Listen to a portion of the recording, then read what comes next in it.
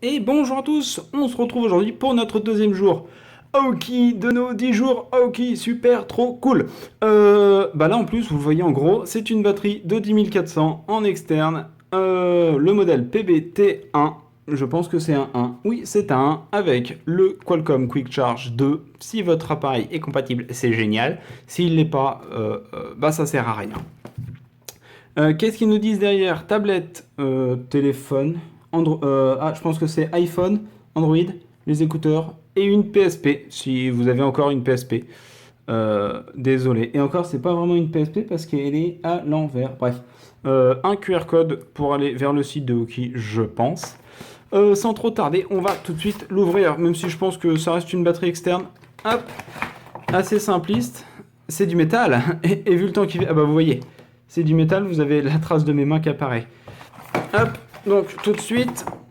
elle pèse son poids la cocotte, elle pèse son poids. Hop, donc on retrouve hop, la petite register, la garantie de 24 mois, très pratique. La petite user manual en anglais, en allemand, en français, en espagnol et en italien, qui vous explique comment... alors, en espagnol, on est en allemand. Voilà, c'est une batterie. Vous avez une entrée, c'est surtout ça qui est important pour les batteries, je vous rappelle. Vous retrouverez dans la description le lien déjà pour l'objet. Et pour comment choisir sa batterie externe pour Pokémon Go. Parce que, on va pas se le cacher, pour Pokémon Go, ça je pense que c'est nickel dans une poche de pantalon. Et j'ai pété ma table. Non. Bref, ce qui est important, fais le point, le caméscope, fais le point. Merci. Voilà, c'est là. L'output.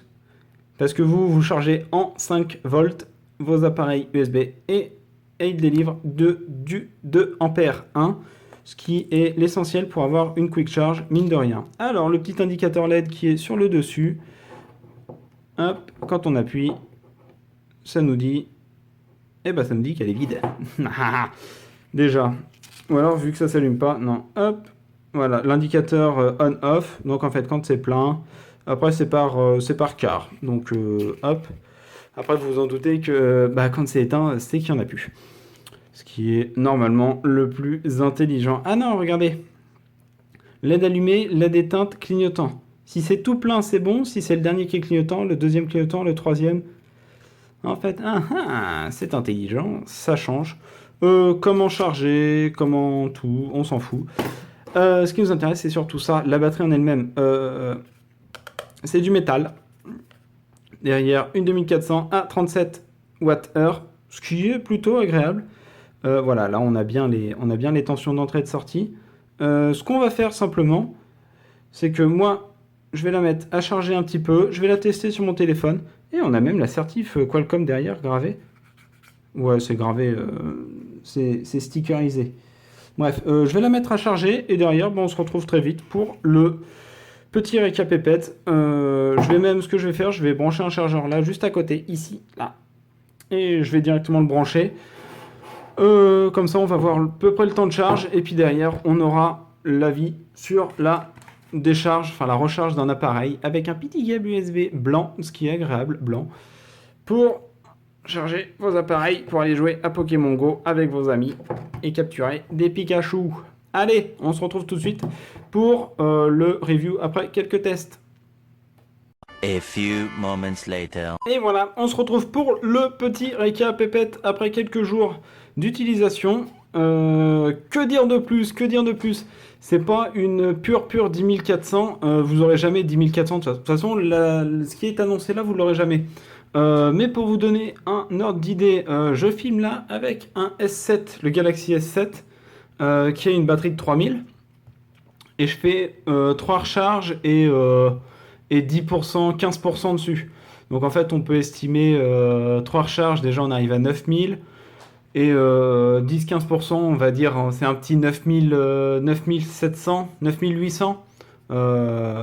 Pour vraiment tester, il faut faire rentrer le courant avec tout l'oscilloscope pour voir les pics de charge et tout ça. J'ai pas le matos, concrètement. Donc moi j'ai fait mes charges et mes décharges. J'ai rechargé aussi l'enceinte là derrière.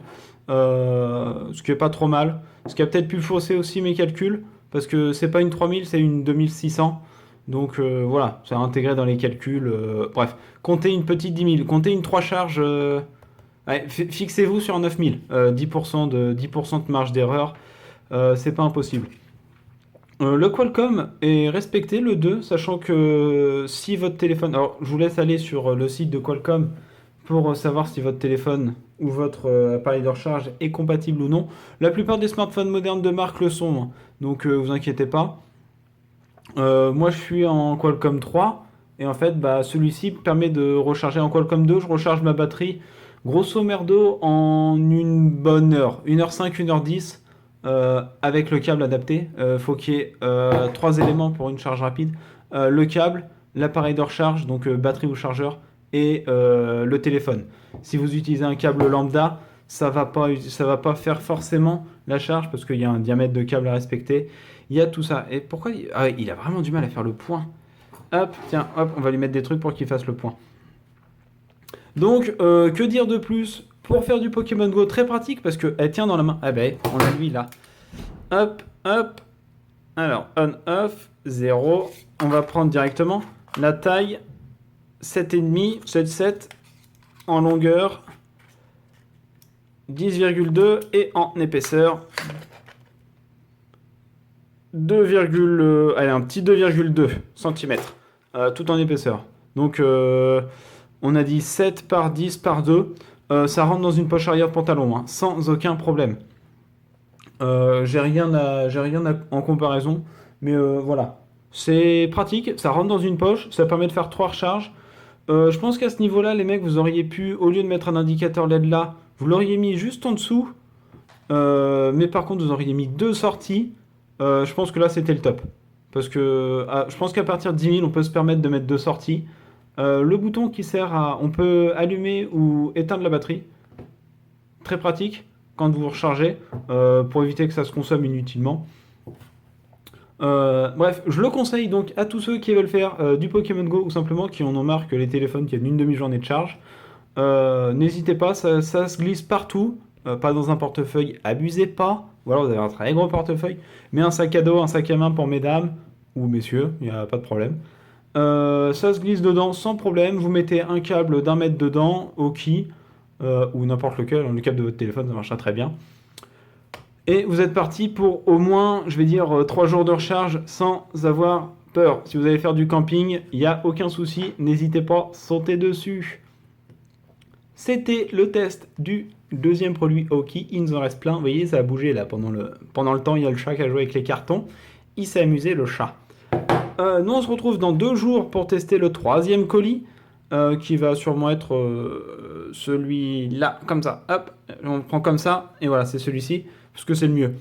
Non, en fait, on va juste faire un break.